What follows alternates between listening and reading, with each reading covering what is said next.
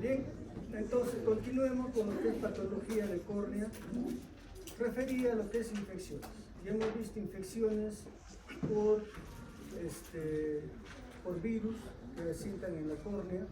Ahora vamos a ver algunas infecciones bacterianas que se van a presentar en la córnea, ¿ya?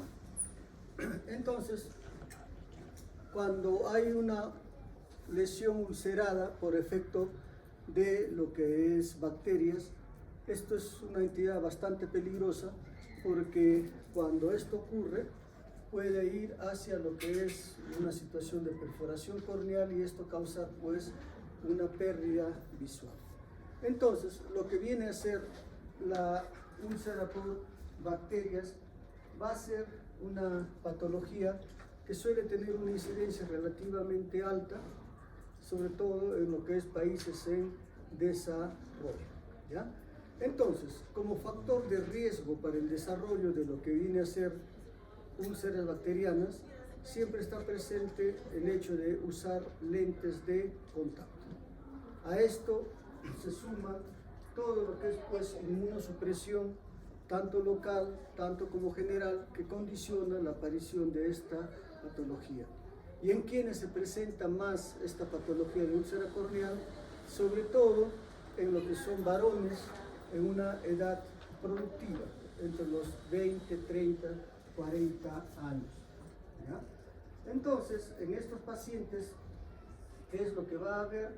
Va a haber pues una alteración de la película lagrimal, va a haber una alteración del epitelio corneal que condicionan la aparición de estas úlceras. ¿Cuáles son los microorganismos más frecuentemente encontrados? Principalmente los gram positivos, en casi la mitad de ellas, donde están los Staphylococcus epidermidis y aureus como los más frecuentes en cuanto a la génesis de una úlcera bacteriana. Entonces, ¿qué es lo que ocurre en una úlcera bacteriana? De que cuando existe una lesión corneal, vale decir una epitelización corneal, desde esta desepitelización corneal va a haber pues la generación de una serie de bacterias hacia lo que es el estroma corneal, produciendo pues una serie de reacción inflamatoria que es lo que va a condicionar la presencia de esta úlcera.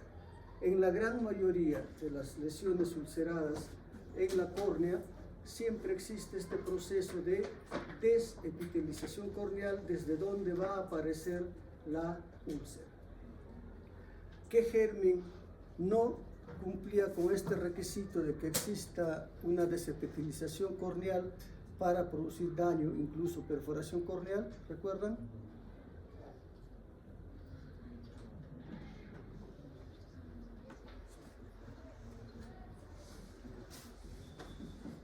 Algo que iba con secreción abundante, gonococo, ¿ya?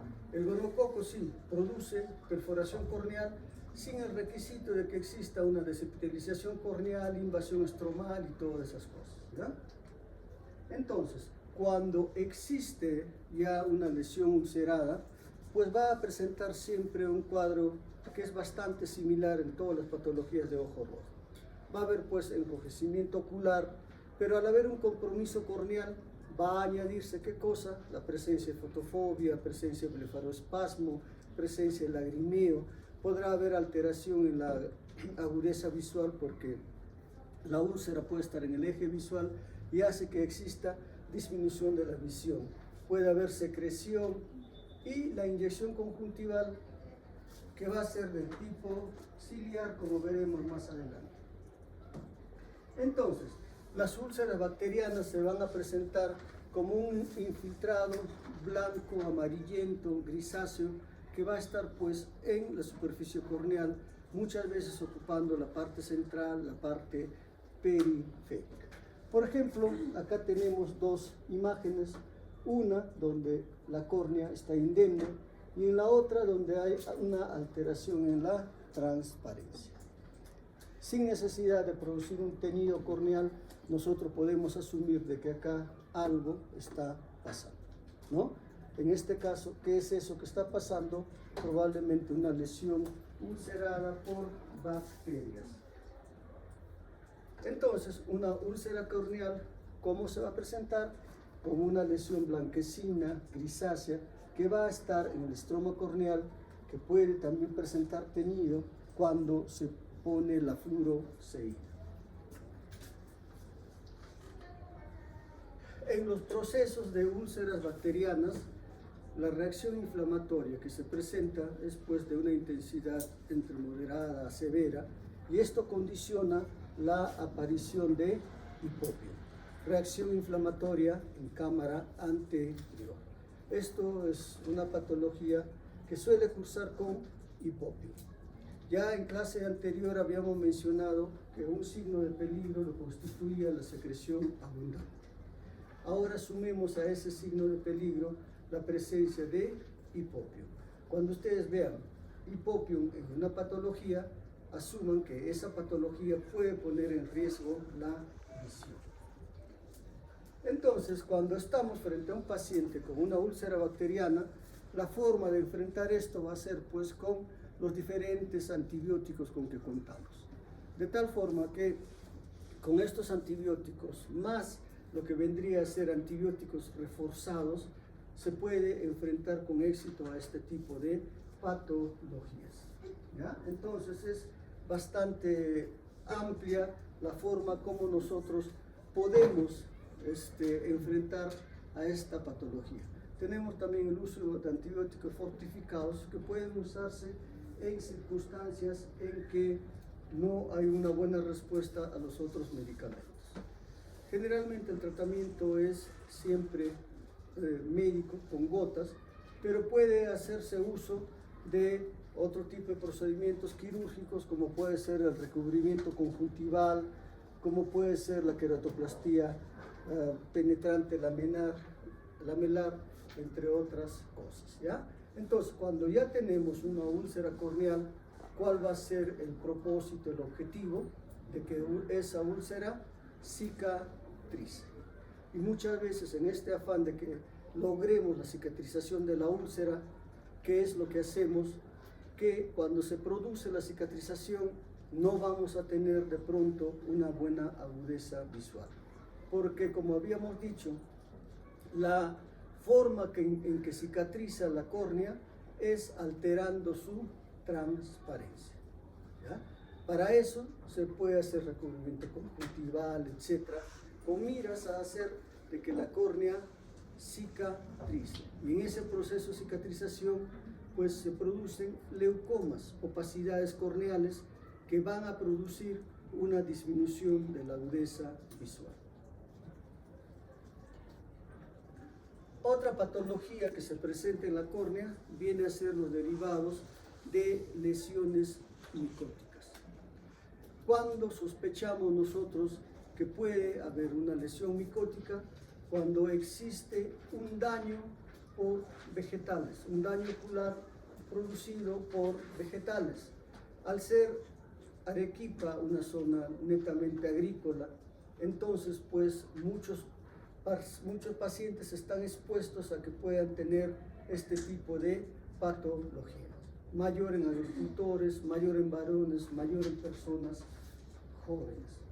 Entonces, el factor de riesgo más importante en estas patologías lo constituye la lesión corneal por vegetales. Si a esto nosotros tenemos de que el paciente es usuario de lentes de contacto, usa corticoides en forma tópica por largo tiempo, etc., son factores que van sumando para la aparición de esta úlcera bacteriana. Cualquier lesión corneal, erosiones corneales, también van a hacer de que exista más probabilidad de que se presente una lesión por hongos, ¿ya?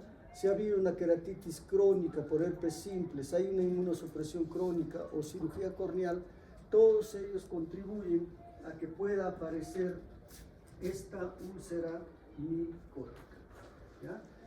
Entonces, pues, como factor de riesgo, también tenemos pues toda alteración en lo que es la superficie corneal, que puede ser secundario a los factores que hemos estado mencionando, el mismo ojo seco, la queratoconjuntitis vernal, anestésicos tópicos, si estos son usados en forma desmedida, son factores que van a hacer que se predisponga la aparición de esta úlcera micótica. Cuando ya se presenta, se va a expresar de la misma forma en que aparece una úlcera bacteriana. Al haber lesión corneal, pues tendremos dolor ocular, tendremos blefaroespasmo, tendremos fotofobia, lagrimeo, ojo rojo de tipo ciliar, ¿no? Sensación de cuerpo extraño, disminución de la agudeza visual, ¿ya? Una presentación que es muy semejante a la de la úlcera por bacterias. Entonces, en la presentación clínica, ¿qué tenemos? Blefaroespasmo, hiperemia conjuntival, va a haber un infiltrado blanco, amarillento, grisáceo, generalmente de localización central, pero en esta patología hay algo que lo diferencia de lo que es la patología por virus, por bacterias. ¿Cuál es? De que presentan úlceras satélite. ¿Ya? Entonces se dice que en las úlceras micóticas, aparte de la lesión central, va a existir lesiones satélites que lo diferencian de lo que es la úlcera bacteriana. En la cámara anterior también puede haber una reacción inflamatoria, la presencia de hipopium, y este hipopium es mucho más manifiesta, más extensa en las lesiones por úlcera micótica. ¿Ya? Recuerden eso. Entonces, pues hay reacción inflamatoria en cámara anterior. ¿Por quiénes es producido? Pues principalmente por lo que es el fusarium y el aspergillus, que representan la forma más frecuente de expresión de estas úlceras micóticas. Pueden presentarse en levaduras, también con la cándida, pero en pacientes con algún grado de inmunosupresión. Entonces, en estos pacientes, ¿qué vamos a tener? Vamos a tener una lesión central, grisácea, blanquecina, con la presencia de úlceras satélite, una, dos úlceras satélite, y la presencia de hipopio. El hipopio se va a presentar en mayor extensión, en mayor frecuencia, que se presentan en las úlceras bacterianas. Entonces, ¿cómo enfrentamos este tratamiento? Pues con lo que es el uso de medicación tópica destinada a este tipo de hongos que están produciendo. ¿Qué productos tenemos? Principalmente la natamicina. Todos los demás productos dermatológicos son muy lesivos para la superficie corneal, por lo tanto, no ayudan en cuanto a lo que es el tratamiento. La natamicina sí es un producto diseñado para lo que es superficie ocular. Entonces, cuando enfrentamos a un tratamiento por úlcera micótica, ¿qué es lo que nosotros pues en la realidad enfrentamos? De que no tenemos mucha medicación para enfrentar esto, ¿ya? Y que generalmente cuando enfrentamos esta úlcera micótica, lo hacemos después de 15, 20 días que el paciente ha estado recibiendo tratamiento como si fuese una úlcera bacteriana, ¿no?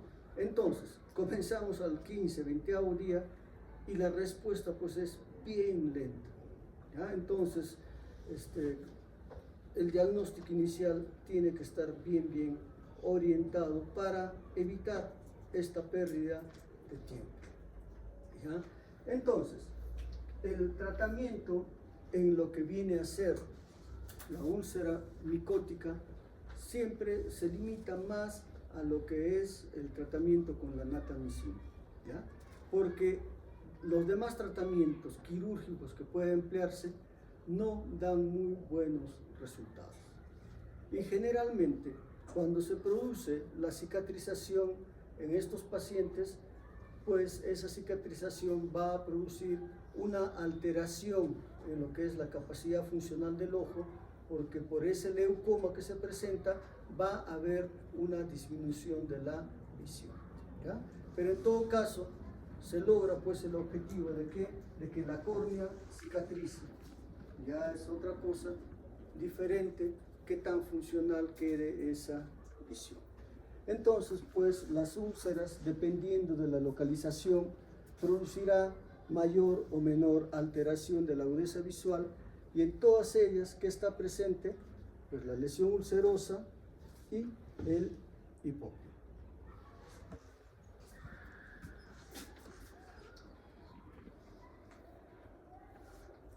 Como manejo quirúrgico, se menciona la debridación, el poner un flap conjuntival en la superficie, la queratoplastía penetrante, hasta sacar el mismo ojo, ¿no? Pero son situaciones, pues, donde la ayuda que se tiene puede darse, pero a costa de la alteración en la transparencia de la córnea. Muy bien. Entonces, en lo que significa la superficie corneal, también existen otras patologías que no necesariamente son infecciosas, sino son más de tipo funcional, porque existe alteración en la producción de lágrimas. Entonces tenemos al ojo seco, ¿ya? Entonces, cuando hablamos de ojo seco, tenemos que hablar de lo que viene a ser la película lagrimal. La película lagrimal, que va a estar formada por 3 capas. La capa lipídica, que es la capa más superficial o más externa, la capa acuosa, que es la más abundante, central, y la capa mucinosa, que es la parte más interna. Todo esto va a estar secretada hacia la superficie ocular, y con el parpadeo se va a lograr una humidificación de toda la superficie ocular, sobre todo pues de la córnea. Entonces, la capa lipídica, que es la capa más superficial, es formada por las glándulas de Meibomian. Lo que es la capa acuosa, que es la más abundante, la parte central, es dada por la glándula lagrimal principalmente, aunque puede ser también dado por las células de la conjuntiva, pero en mucha menor cantidad. Y la capa más interna, la capa mucinosa, es dada por las células caliciformes que se van a formar en la conjuntiva. Entonces, de la interacción de estas 3 capas es que va a presentarse o no la expresión del ojo seco, ¿ya? Entonces, la glándula de Meibomian con la capa lipídica impiden principalmente lo que es la evaporación de lágrimas, ¿ya? Y la glándula lagrimal principalmente va a guardar relación con lo que es la cantidad de producción adecuada de lágrimas, ¿no? Y la capa mucinosa también juega un rol importante. ¿Por qué? Porque va a hacer que la calidad de lágrimas sea la adecuada. Cualquier alteración en la concentración de alguno de estos componentes se traduce en ojo seco, sea evaporativo, sea de tipo por la deficiencia de producción de lágrimas. Entonces, decíamos, la capa mucinosa, la capa más interna, va a tener lugar para que exista una tensión superficial lagrimal adecuada, y la capa lipídica va a impedir de que exista una evaporación de estas lágrimas. ¿Y qué es lo que ocurre en la superficie ocular? Pues esas lágrimas van a estar siendo distribuidas en forma uniforme en toda la superficie ocular a través del parpadeo. Cualquier alteración en lo que significa los párpados, en esta situación de parpadeo, se traduce pues en grados de ojo seco. Muy bien, Entonces, los conceptos de ojo seco han ido variando a lo largo del tiempo y desde el 2017 a la fecha se tiene una clasificación, un concepto que fue dado por lo que fue digamos, un consenso de diferentes escuelas para lo que es añadir el concepto de ojo seco. Entonces, el ojo seco vendría a ser una enfermedad multifactorial de la superficie ocular que se caracteriza por una pérdida de homeostasis de la película lacrimal y la misma que está acompañada de síntomas oculares, en la que la inestabilidad de la película lagrimal y la hiperosmolaridad son un factor importante en la génesis de ojo seco, acompañado de lo que son inflamación y daño de la superficie ocular y las anomalías neurosensoriales, todas ellas jugando un rol importante en este ojo seco, ¿ya? Entonces, pues, el ojo seco no solamente es una disminución de la producción de lágrimas ni de la evaporación, sino que es un conjunto de factores que va a involucrar lo que viene a ser, pues, alteraciones en la hiperosmolaridad, daño de la superficie ocular, reacción inflamatoria en esta superficie ocular que perpetúa el cuadro. Tiene una tasa de prevalencia que es bastante amplia, entre 5 y 50%, siendo este 50% de pronto mucho más manifiesta en climas secos, como Arequipa, que es un clima seco y hay ojo seco considerable. Mayor en mujeres, mayor en asiáticos. La tasa de prevalencia aumenta con la edad, sobre los 40 años la prevalencia es mayor. Se dice que 18.6% en mayores de 75 años. Entonces es una patología a tenerlo en cuenta. Y como factores de riesgo vamos a tener, pues, a la edad, a la raza, la disfunción de lo que es las glándulas de meiomio, si hay una enfermedad del tejido conectivo, el síndrome de Sjögren, etc., son factores de riesgo para el desarrollo de lo que es el ojo seco. A esto, si de pronto existe diabetes mellitus, rosácea, infección viral, enfermedad tiroidea, pterigion, etc., son factores que van a contribuir a la presencia de este ojo seco. Entonces, el ojo seco al final puede definirse como que corresponde a dos grandes grupos. Uno, a una alteración en lo que es la producción de las lágrimas, ahí va a haber una hiposecreción de lágrimas, entonces este es un ojo seco acuodeficiente. Hay una alteración en lo que viene a ser la producción de lágrimas a nivel de la glándula lagrimal, sea porque existe un síndrome de Sjögren primario o secundario, o cuando no hay, pues, el síndrome de Sjögren, que puede ser por alteraciones en la glándula lagrimal o haya una situación adquirida. Entonces, pues, esta hiposecreción va a tener una traducción en lo que es disminución de la producción de lágrimas con la expresión del ojo seco. El otro grupo viene a ser la situación de lesiones o cuestión evaporativa de las lágrimas, ¿no? Que van a guardar relación con lo que viene a ser una disfunción de las glándulas de meiomio. Esta alteración, esta disfunción en las glándulas de meiomio va a hacer que exista una producción alterada de esta película de la lágrima, que se va a traducir en mayor evaporación de lo que significa la película lagrimal.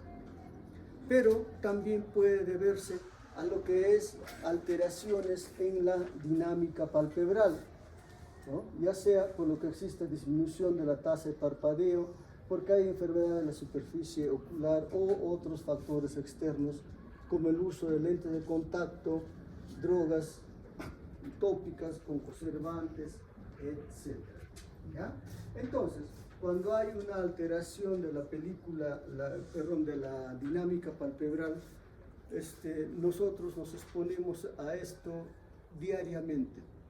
¿Cuándo? Cuando estamos expuestos a lo que es tablet, computadoras, celulares, etc. En estas circunstancias, ¿qué se presenta? Sí, ¿por qué?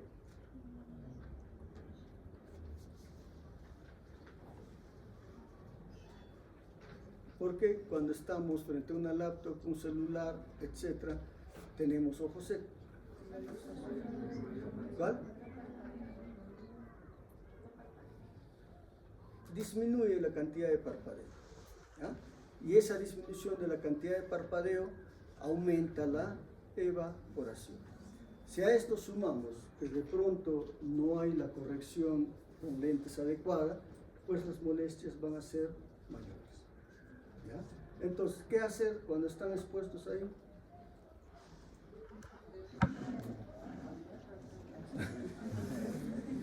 Parpadear en forma consciente, ¿ya? O sea, tú sabes de que debes de parpadear en vez de 3, 4 parpadeos, siquiera 8, 10. Entonces puedes parpadear, no hay problema, lo haces consciente y lo haces. O si no, tomar sus pausas activas, pues cada cierto tiempo, cada media hora, cada 40 minutos, por un minuto dejar de ver pantalla, mirar a lo que viene a ser la parte distal al infinito, y con eso se va aliviando las molestias. O usar tus gotas, ¿no?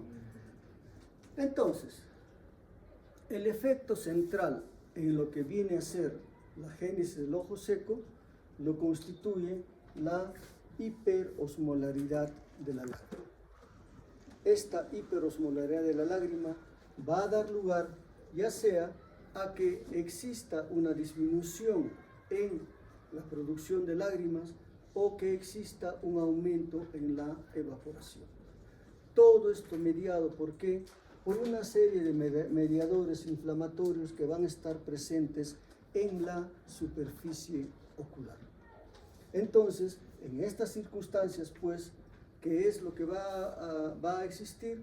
Va a existir en la superficie corneal, en la superficie conjuntival, va a haber una serie de mediadores inflamatorios que harán que el cuadro se perpetúe, ya sea que exista una disminución de la producción de lágrimas o a que exista un aumento en lo que es la evaporación de las mismas, ¿ya? Entonces,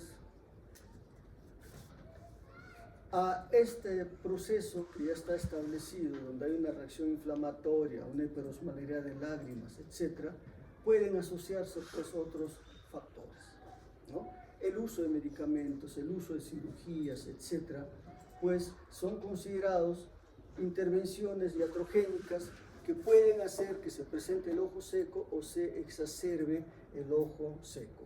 Y en esto cumplen un rol importante los fármacos tópicos y sistémicos, el uso de lente de contacto, procedimientos oftálmicos tanto quirúrgico o no quirúrgico, que si bien resuelven un problema, se consideran iatrogénicos para la génesis del ojo seco. Bien, entonces dentro de esta iatrogenia del ojo seco, pues la medicación que usamos en oftalmología, la medicación tópica, cumple un rol importante y un rol lesivo en lo que viene a ser la superficie corneal. Todos los medicamentos que se usan en glaucoma producen alteración en la superficie ocular. Entonces se está haciendo iatrogenia respecto al ojo seco. Todas las cirugías que pueden hacerse, cualquier cirugía, también cumple el mismo sentido de jugar un rol iatrogénico en la génesis del ojo seco. También en esto, o sea, la medicación tópica que usamos va a dañar la superficie corneal. De todas las medicaciones que usamos en oftalmología, ¿cuáles son las más lesivas? Todos los fármacos que usamos para glaucoma, ¿ya? En realidad, todas las gotas cumplen un rol lesivo, sobre todo las gotas que van a tener preservantes, ¿ya? El preservante va a hacer de que las gotas tengan un mayor tiempo de duración, pero son lesivas cuando estas se usan muy frecuentemente. Todo preservante también es dañino para la superficie ocular. Pero también existen medicamentos sistémicos que van a jugar un rol muy importante en la génesis de lo que es el ojo seco, y es importante pues identificarlos en la historia clínica para ver si alguno de ellos está siendo usado y que puede producir ojo seco. Tener en cuenta los antirreumáticos, los antidepresivos, los medicamentos antipsicóticos para el Parkinson, etc. Todos ellos producen ojo seco. Bien, entonces el ojo seco pues tiene múltiples mecanismos en cuanto a lo que es su producción, pero en todos ellos va a haber una disminución de lo que es la producción del componente acuoso y mucoso de las lágrimas a través de lo que hemos estado diciendo, una serie de medicamentos tópicos y sistémicos, y hay algunos medicamentos que se secretan por las lágrimas, produciendo un efecto lesivo. ¿Qué medicamentos se producen ahí o se secretan por las lágrimas? La amiodarona, ácido acetilsalicílico, cloroquina, ibuprofeno. Y a esto sumemos el alcohol, ¿ya? Entonces, pues, todos estos factores contribuyen a que pueda haber ojo seco, y recuerden también lo que es el clima. Entonces, un paciente que ya experimente lo que es ojo seco, ¿cuáles son las molestias por las que va a venir? Principalmente refieren sensación de cuerpo extraño, ¿ya? Generalmente en el ojo seco la sensación de cuerpo extraño es el signo o la sintomatología más frecuentemente expresada. ¿Por qué? Porque tiene un carácter más crónico, ¿ya? Porque en los procesos de córnea generalmente las manifestaciones en el estado agudo son el dolor ocular. Visión borrosa, porque va a haber una alteración de toda la córnea, puede haber dolor, ardor, fotofobia, visión fluctuante, en la medida que tanto daño haya en la córnea.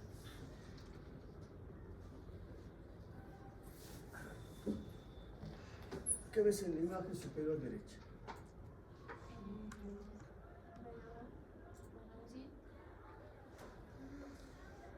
Veo más que todo lo que sería la conjuntiva, que está más marcado con la rojiza. Superior derecha. Me parece que está ¿Ya? ¿Y esto con qué se relacionaría? Si hubiera ojo seco.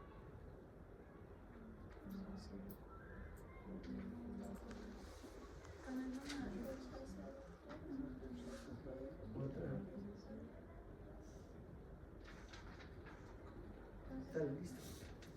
con alguna enfermedad también de la piel, una dermatológica. Ya tienes la enfermedad. ¿Qué puede producir?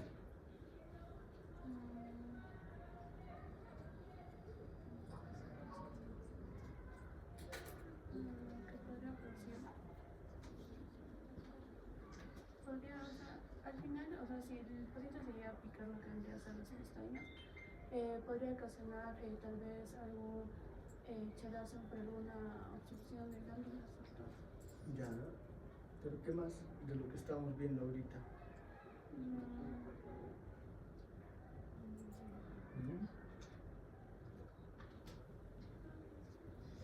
De repente algún grado de disfunción de las glándulas de Meiboom. Entonces podría haber un ojo seco de tipo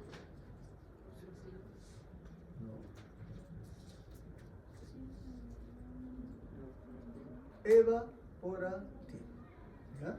En la imagen inferior izquierda, ¿qué podrá pasar?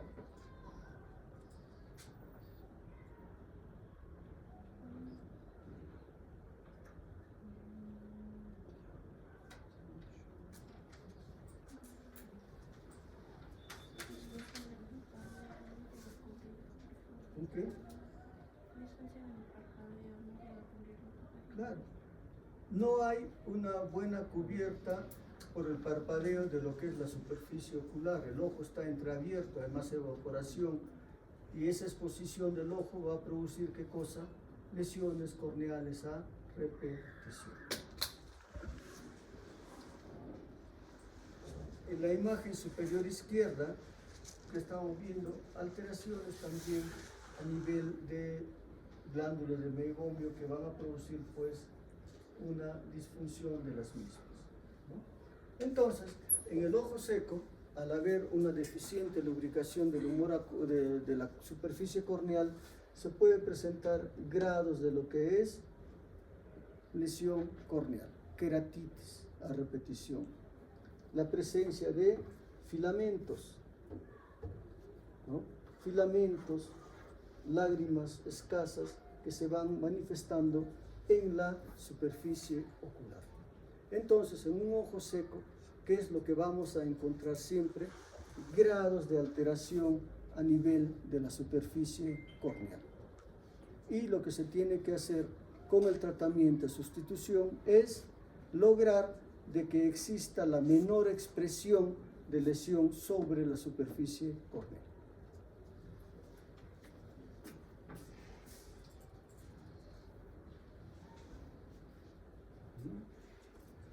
Una lesión ulcerada, lesiones también amplias en una parte del ojo, lesión ulcerada teñida por fluoresceína. Todo esto en un proceso de ojo seco. Bien, entonces cuando vamos a hacer el diagnóstico de ojo seco, tenemos pues la sintomatología y la signología que hemos estado viendo, que puede uno ir encontrando en el examen. Pero a esto actualmente, ¿qué es lo que se hace? Se hace pues un test, un cuestionario de preguntas sobre diferentes manifestaciones que el paciente pueda tener como consecuencia del ojo seco.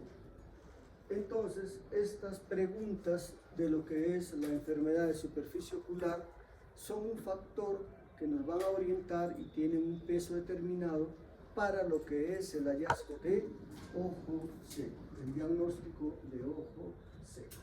Entonces, actualmente en lo que es el ojo seco, vamos a tener este cuestionario que nos va a orientar a lo que es la presencia o no de ojo seco, qué factores de riesgo tenemos o tiene el paciente, como por ejemplo si fuma el paciente, qué medicación usa, si de pronto alguno de esos medicamentos son lesivos para la superficie corneal, usa lente de contacto o no, que van a hacer que el diagnóstico se acerque más a lo que es ojo seco, y a esto se va a hacer pues una serie de test, dentro de los cuales tenemos el test de la osmolaridad.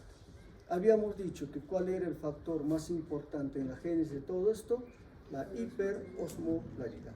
Entonces hay que cuantificar qué tanta osmolaridad tiene, y a esto haremos pues teñido de superficie ocular, haremos otras pruebas para determinar qué tanta cantidad de lágrimas se está produciendo, cuál es la calidad de lágrimas que está teniendo, y en base a esto se va a hacer una clasificación, ya sea de que si es un ojo seco por evaporación o un ojo seco por disminución de la producción de lágrimas.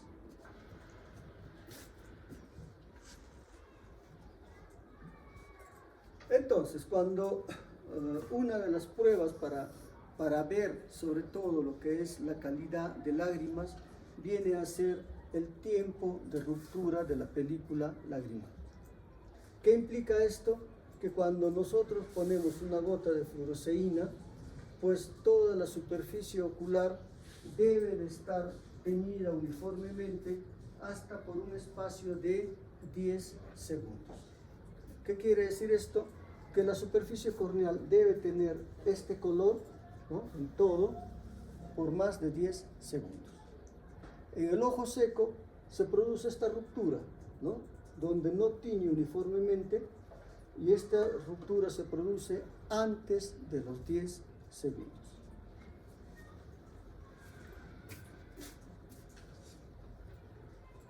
el test de Schirmer nos va a determinar qué tanta cantidad de lágrimas está produciendo el paciente. Con esto nosotros cuantificamos si la producción de lágrimas es normal o tiene una deficiente producción de lágrimas, dependiendo de qué tanto está mojando estas tiras especiales a los 5 minutos. ¿Ya? Si hay una disminución en la producción de lágrimas, se va a ver expresado en esas cifras. Y la osmolaridad, que se va a medir en forma directa con ese aparato, una osmolaridad mayor de 308 miliosmoles por litro, que es lo que me va a indicar ojo seco.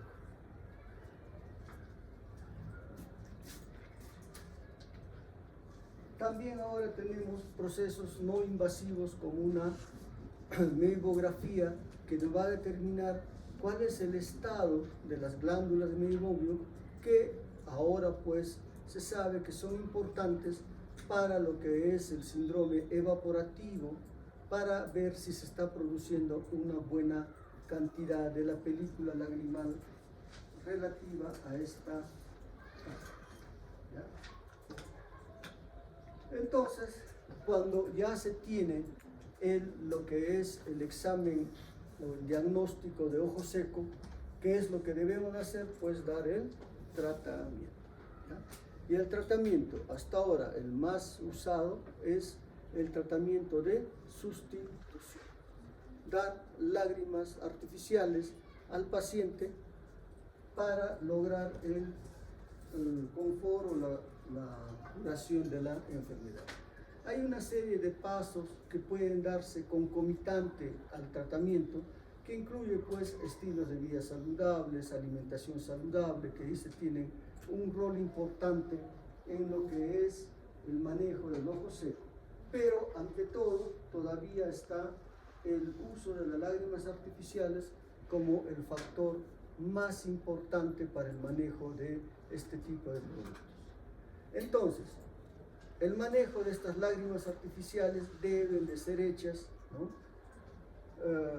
Adecuando el tratamiento a cada paciente, porque hay pacientes que van muy bien con productos genéricos, otros pacientes que van muy bien con productos de investigación, entonces hay que adecuar el tratamiento para cada uno de ellos. Pero el hecho es de que esta cronicidad, las molestias que produce el ojo seco, etcétera, condicionan en el paciente pues un tipo de personalidad que hace que se apliquen las gotas lo más frecuente posible. Ahora, ¿cuál es el problema con las lágrimas artificiales? De que todas tienen preservantes. Y los preservantes hacen daño a la superficie ocular, la superficie corneal. Entonces, si tenemos a un paciente que es muy ansioso, habría que cambiar por la medicación que no tiene preservantes. Al no tener preservantes, no produce daño en la superficie ocular, pero sí el problema es el costo. ¿Ya? Entonces, pues en el ojo seco, el tratamiento es todavía con lo que es las lágrimas artificiales. En algunos pacientes donde la manifestación es severa, puede usarse suero autólogo, puede usarse también, como hay un componente inflamatorio, algunos productos que son preparados para la superficie ocular, antiinflamatorios de tipo antineoplásico, que también se usan. ¿Ya? Entonces, pues para lo que es las lágrimas, el ojo seco, el tratamiento lo constituye las lágrimas artificiales, tendiendo sobre todo a que no exista un daño en la superficie ocular, o que este daño sea el mínimo posible. ¿Ya?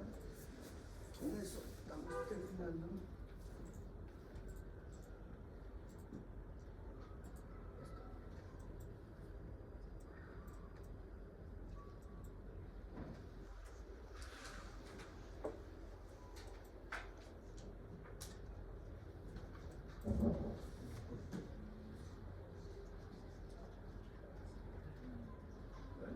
Toma Tomes un descanso de 2 minutos, 3 minutos.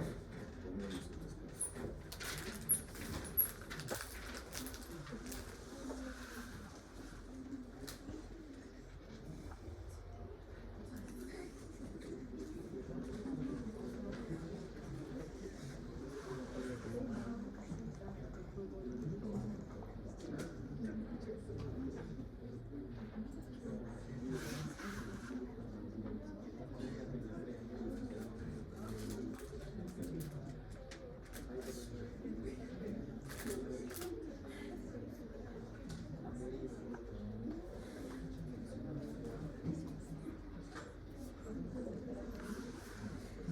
¿Está conmigo?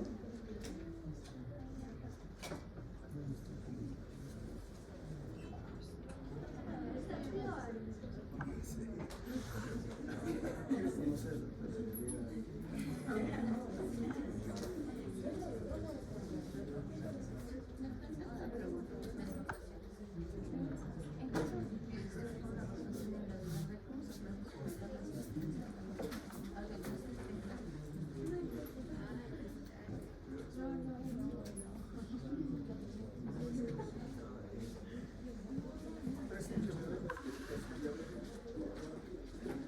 Llamaré cuando se encargado estaba en la clase.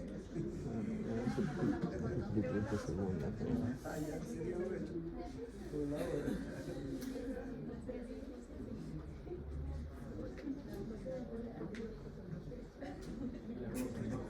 ¿Se puede editar eso? ¿No?